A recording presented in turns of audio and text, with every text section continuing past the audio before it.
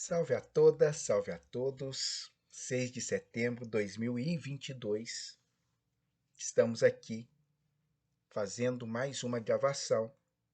E nessa gravação do dia de hoje, temos dois motes para conversar, dialogar, investigar nessa interação do diálogo que acontece e ocorre na medida que está acontecendo e ocorrendo. Só mesmo um esboço que sai de alguns diálogos ao longo da semana. Por isso que, por mais que eu esteja aqui falando sozinho, é um diálogo com esse background que chega de estar aqui agora e trazendo muitas vozes, muitos questionamentos de pessoas que vão nos abordando, de partilhantes, buscadoras e buscadores que vão trazendo suas questões ao longo da semana, de algumas que dialogam diretamente com os vídeos, enfim. Essa atmosfera ou esse background que chega e que, quando paramos aqui, de uma certa maneira estabelecemos uma devoluta. Dentro dessa devoluta, estamos então hoje para analisar uma primeira que diz respeito a essa comunicação não verbal, essa comunicação não local, de como que estamos cada vez mais compreendendo, não vou dizer compreendendo, estamos cada vez mais utilizando desses meios, dessas comunicações não verbais e não locais.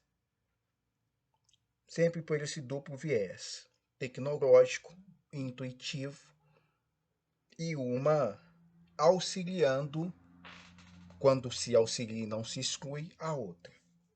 Vamos tentar falar um pouco disso. Dentro ainda dessa mesma abordagem, dentro desses mesmos diálogos, uma quantidade imensa de pessoas com surtos de ansiedade, com depressão, com ideias suicidas. É um tema que invariavelmente a gente traz, é um tema que invariavelmente a gente toca e é um tema que persiste. Já demos aqui em outros momentos algumas falas, alguns posicionamentos, isso, enfim, sempre nos acompanha. É uma temática que gosto, não que eu goste do suicídio, mas é uma temática que dialoga muito com a questão da existência. E quando a gente pensa temática, existência, a morte, automaticamente somos trazidos à filosofia. A filosofia é um ensinar a viver, mas um ensinar a viver que dialoga com essa finitude. Morremos. Morremos. Encarar isso enquanto pessoalidade, encarar isso enquanto possibilidade, encarar isso enquanto concretude e saber disso, os budistas vão dizer: olha o seu entorno. Daqui a 100 anos, provavelmente, nada disso permanecerá de forma sólida e física. Esse aprender a lidar, respirar com o bafo da finitude, da morte nos nossos ouvidos é que nos possibilita uma vida mais plena. E vivenciar uma vida mais plena sem o diálogo e esse flerte com a morte é meio que inexorável, é meio capenga, parece que não alcançamos. É no limiar dessa perda que damos muito valor a esse agora. É na busca ou na incerteza deste amanhã que a gente busca um significado neste hoje. Então, em muitos modos, em muitos motes, em muitas dimensões, em muitos sentidos, em muitas transcendências e eternas imanências, o diálogo com a morte, para nós, nessa perspectiva filosófica, é uma aproximação com a vida. E aí, gente, tem tensões. Essa não é a vida que eu queria. Cheguei aqui no alto dos meus 15, 18, 19, 21, 29, 35, 57, 70 anos. Olhei, não sou. O que eu faço? Como eu lido? É um pensamento angustiante. É um pensamento altamente depressivo. Mas é muitas vezes um pensamento que não necessita de uma medicação tão rigorosa, e nem de internações tão bruscas, e nem de punições tão severas. São pensamentos. Pensamentos que, por um enfoque, parecem tudo isso, um término, mas que por outro é o início. Por onde eu capturo, por onde eu reanimo, por onde eu ressuscito. São essas colocações do nosso existir. São colocações desse nosso viver. O fato é que vivemos em uma sociedade muito apressada. E essas reflexões, elas não ficam prontas num suspiro de uma noite. Eu não acordo com esse pensamento e no final do dia eu já tenho a resposta. Essa epifania não acontece. Esse é um mergulho no qual eu passei 15, 12, 17, não importa quanto tempo cronológico, que não a resposta não vem em segundos. Então calma. Calma. Mas essa calma não necessita ser também um estado de letargia total e completa, pelo menos em algum ponto do caminho, no qual eu nunca mais vou sair disto. Nós estamos, às vezes, entrando em buracos e ficamos nesses buracos, imóveis e imobilizados.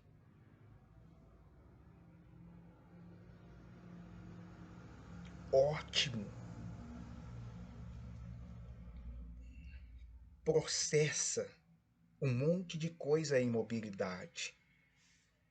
Quando eu paro o meu corpo, quando eu paro os meus pensamentos, quando eu paro os meus sentimentos, eu fico observando quem movimenta e o que movimenta. Isso é bom.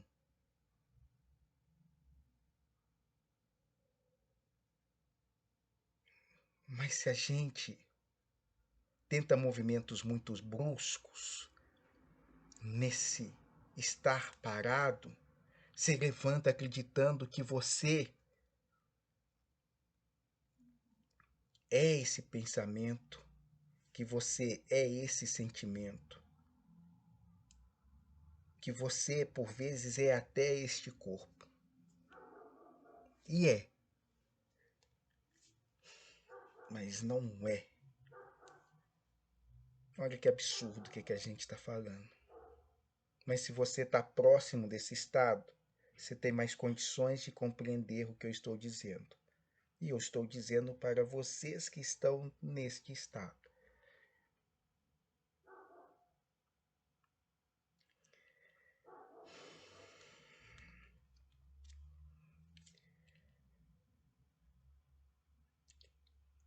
É embrionário, é semente, prestes a nascer.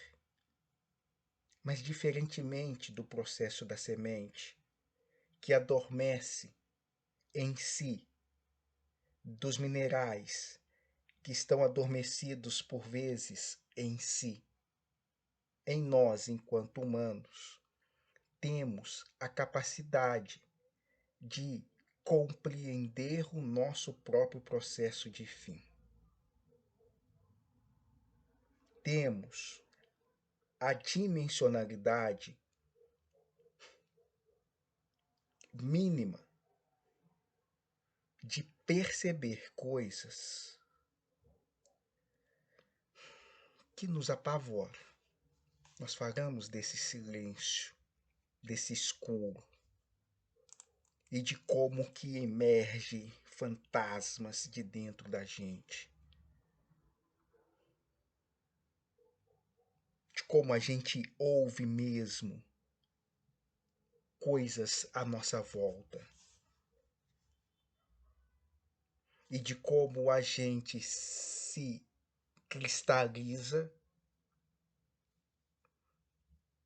empedernece, dificultando essa transformação que na semente essa casca simplesmente se quebra e o fruto nasce e rompe a terra. Nós, por 1 bilhão de conceitos, 1 trilhão, 1 tera, 10 teras de imagens, de medos, de receios, de arquiteturas mentais que nós vamos fazendo, de sentimentos que pegam essas arquiteturas e modelam e faz uma bagunça. Nossa, esse processo no qual estamos, muitas vezes inseridos, não encontra saída. Então a visão é constante e permanente de soterramento, constante e permanente de abafamento.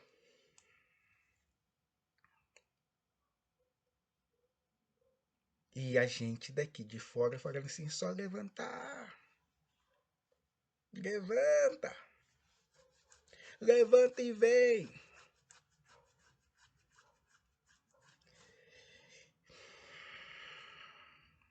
É preciso respirar. Mas é possível respirar debaixo da terra? É, mas não precisa de fazer esse esforço. Você não está respirando debaixo da terra, você está respirando dentro do próprio útero. Tu está respirando dentro de si mesmo. Tu está respirando dentro da própria terra. Tu está respirando. Respira. Observa. E aos poucos, essa vontade de viver. Um moço que vivenciou umas coisas muito próximas disso no século XIX chamou de vontade de potência. Tudo quer viver. Tudo quer viver. Tudo quer viver.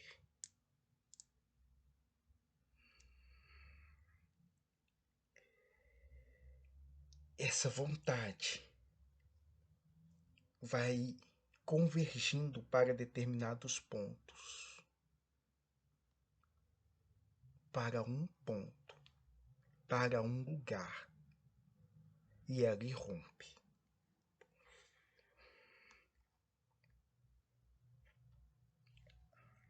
Quando irrompeu, é aqui que a gente retoma a perspectiva filosófica, não que essa das profundezas não seja, mas é aqui que a gente começa a fazer as interações, as discussões.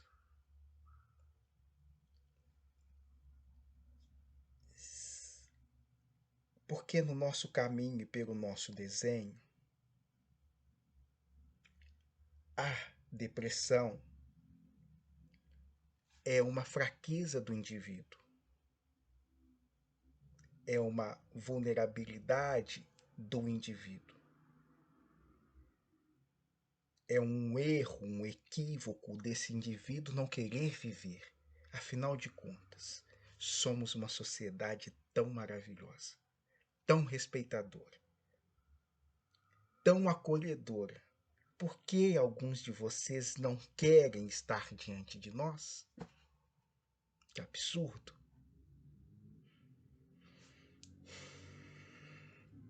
Da onde eu quero, da onde eu passo, aonde eu chego. Vivemos numa sociedade que deprime. Vivemos numa sociedade que adoece. Vivemos numa sociedade que os chamados à morte são mais prazerosos do que a existência e o viver. O meu aluno que diz não às drogas, diz não ao tráfico, que trabalha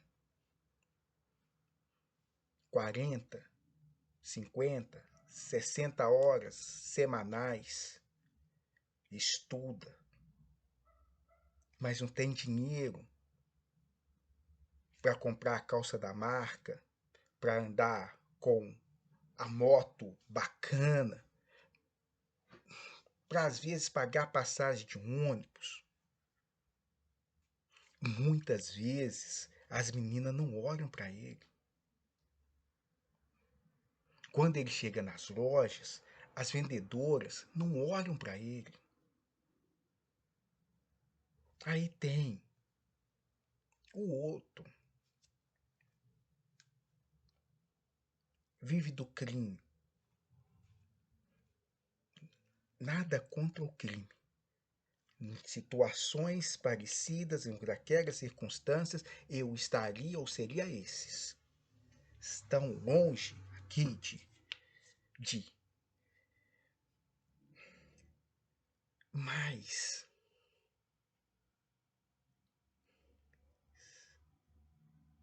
eles recebem uma idolatria. Algumas portas ou todas as portas se abrem para eles. As meninas olham para eles.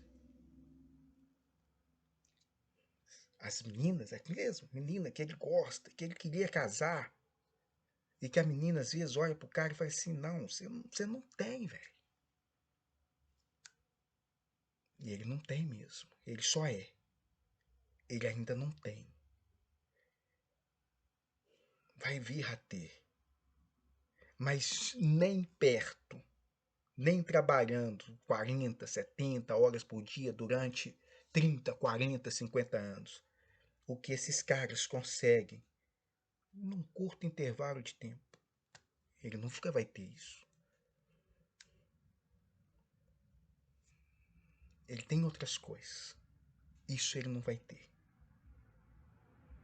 E nós, enquanto sociedade, fazemos discursos lindos, mas a gente abre as portas é para quem tem. E só para quem tem.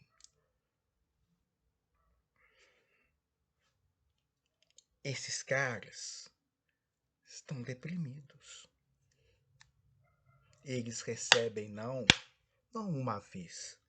Quando você recebe não uma vez, você levanta. 2 vezes, você vai de novo. 3 vezes, outra vez.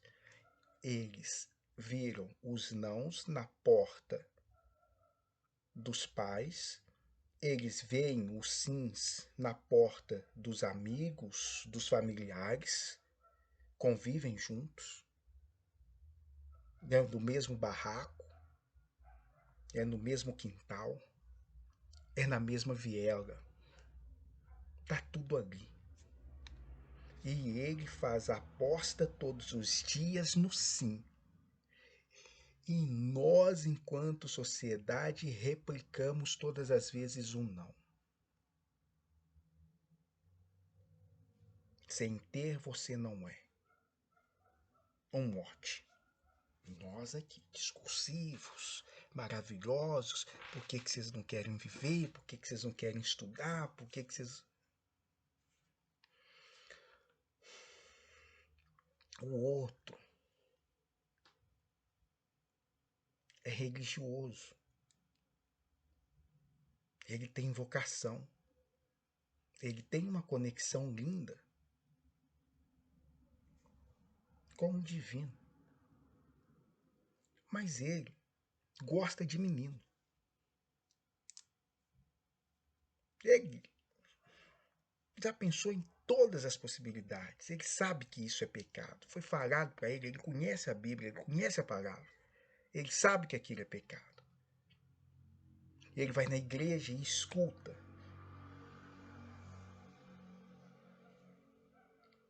O discurso dizendo que ele é um pecador. Ninguém sabe, só ele. O que ele sente é impuro.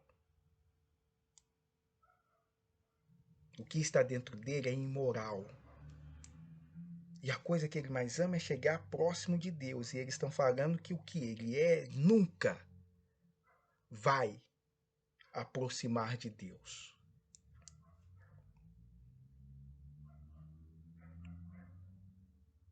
Mas vem cá, vive com a gente. A vida é boa, linda, nossa sociedade é maravilhosa. Bom, isso daí são 2 exemplos, podia pegar 1 bilhão dos abusos, dos sexismos, dos racismos. Não nos falta exemplos.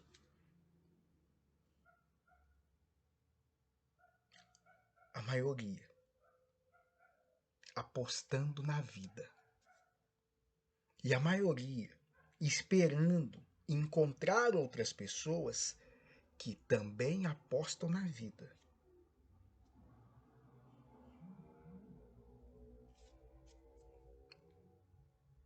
E tem um grupo que está fazendo a arminha com a mão em todos os púlpitos de todas as religiões, acreditando que a intervenção é divina. Vai chegar Jesus das nuvens, vai vir disco voador no meio da Praça 7. É isso que eles apostam. E nós estamos aqui te convidando. Auxilie a vida a eclodir. Aceite o outro. Não seja uma pedra de tropeço.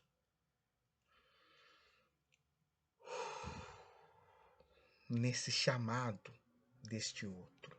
Esse é o nosso combate. O bom combate. Porque o indivíduo, gente, nosso Deus, sozinho, largado na facticidade da existência, tendo que dar sentido, cabendo essa visão ou essa missão que um de nós, o filósofo, certa vez disse: a mim coube a ingrata missão de ser eu mesmo. Isso é intransferível. Só a você cabe ser você. E nós, enquanto sociedades, não aceitamos alguns vocês.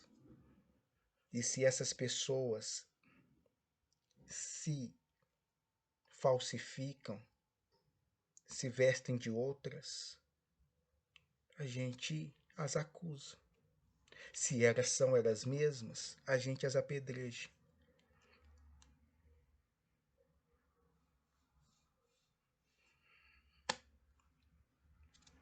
É mais amplo, é mais complexo. Mais amplo e mais complexo do que o quê? Do que imputar ao outro, na minha concepção, covardemente, que ele vem cá viver. Você não pode ter esses pensamentos, não. A sociedade o agride, o mata todos os dias, desde que ele nasceu.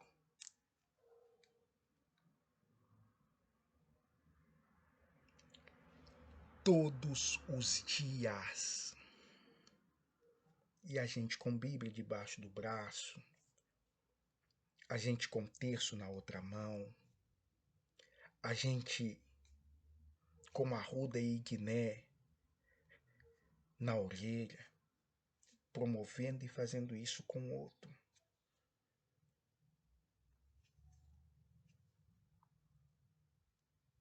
Nós podemos auxiliar muito, transformando essa paisagem em uma paisagem mais agradável. Ou vem querer estar conosco. Vem querer compor conosco.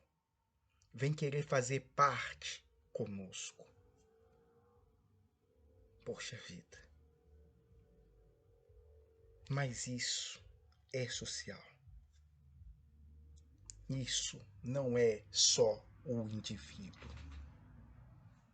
Isso é o exército de um homem só. Sem dúvida, sempre é o lema. Não tem ninguém para nos salvar.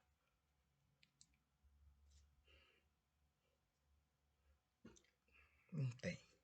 Tem, tá, gente? Mas não fique esperando isso não.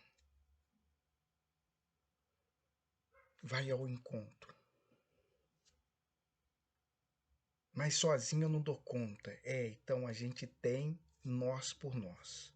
É nós. É nós. E quem tá com nós é nós. Nós. Qualquer dimensão, em qualquer tempo, em qualquer localidade. Nós. Bora. Bora. Bora aí. Vamos trabalhar. Então essa é uma parte, né? Tem diversos outros. Falei para um grupo, um segmento. Tem diversos outros. Estava vendo um. Eu vou falar aqui nesse em 3 minutos e paro. Mentira com meus 3 minutos. Mas a gente preparou muitos que aqui estão para um cenário de batalha, para um cenário de guerra.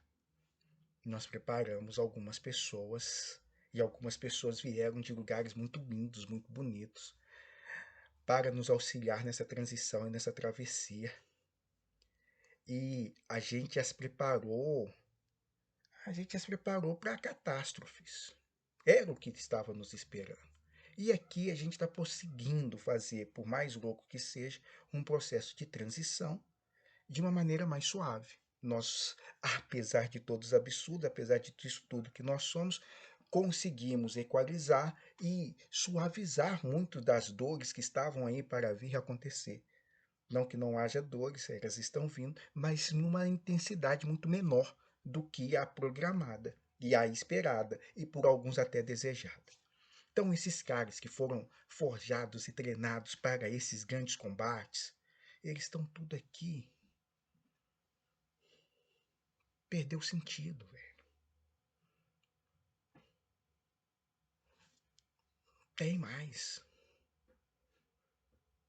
Como é que eu vou ser útil sem o fronte, sem a batalha? Como? É nisso que alguns também perderam muito do gosto pela vida. Aqui tem vários casos. Tem o que, né, eu falo, eu repito, para todo mundo ouvir, eu vim do futebol. Vim do futebol. E você é forjado, treinado, ou mentaliza, que você vai jogar os grandes jogos. Você vai jogar a Copa do Mundo. Você vai decidir na Copa do Mundo. Você vai jogar o Atlético e Flamengo. E meter 3 gols no Mineirão, 2 no Maracanã. Seu time galo, campeão universal de tudo que existe. Você é programado para isso. Você é treinado para isso. Aí você tem que jogar domingo contra o Democrata de Governador Valadares, contra o Fabril em Lavras. Cadê a motivação? Como que você motiva para isso? Estar aqui no grande. O pequeno. Não. O cara, estamos vendo isso aí. Né? Os veteranos de guerra, especialmente dos Estados Unidos, que a gente acompanha por alguns relatos psicológicos e muito por filmes. O retorno desses caras, os que estavam na guerra, naquele estresse, naquela tensão, naquela adrenalina, naquela batalha, dirigindo e pilotando carros, aviões, armamento de milhões, e de repente retornam para sua casa, para sua cidade. Não tem um tiro, velho. Não tem um grito. Como é que esse cara que foi preparado para o combate vive um tempo de paz?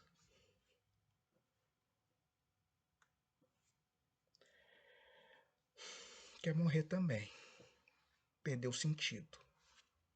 É encontrar os nossos combates, não os grandes.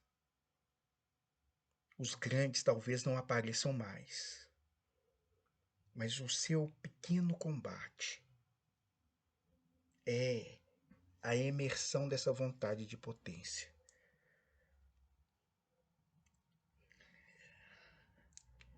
O seu sentido mais bonito, ela dialoga com a graça e permeia as dimensões da eternidade. O dialogar com a graça é... Não tenho, nesse vislumbre que faço com a morte, temor algum a qualquer coisa.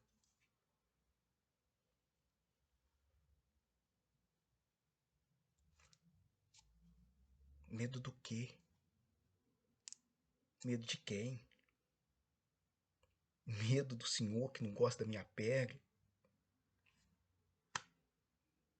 Medo de você que tem medo do seu desejo por mim?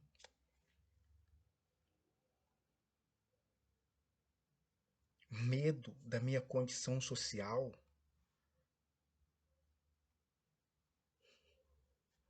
No sentido mais profundo desse diálogo, desse ser imerso, lá, paralisado, observando. Se você permitir que ecloda, o que sai é um você conectado com o que se tem de mais belo. Tu é filho do Criador. não temeis mal algum. Algum.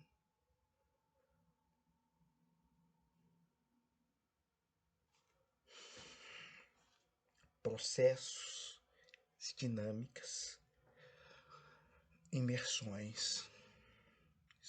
Bora. Bora! Bora que tem trabalho, que não falta trabalho. Não tem, provavelmente, as grandes hecatombes, mas nós temos lutas cotidianas, diárias aí para empreender. E para. Dê-nos paciência, força, coragem para empreender um movimento com todas elas. Agora eu quetei. Falo disso ainda em mais um. Engraçado, né? Porque realmente nós estamos aqui, Setembro Amarelo. Fui lembrando disso. Foram me mostrando isso à medida que foram trazendo. Vamos lá, eu volto com mais dois. Um beijo grande.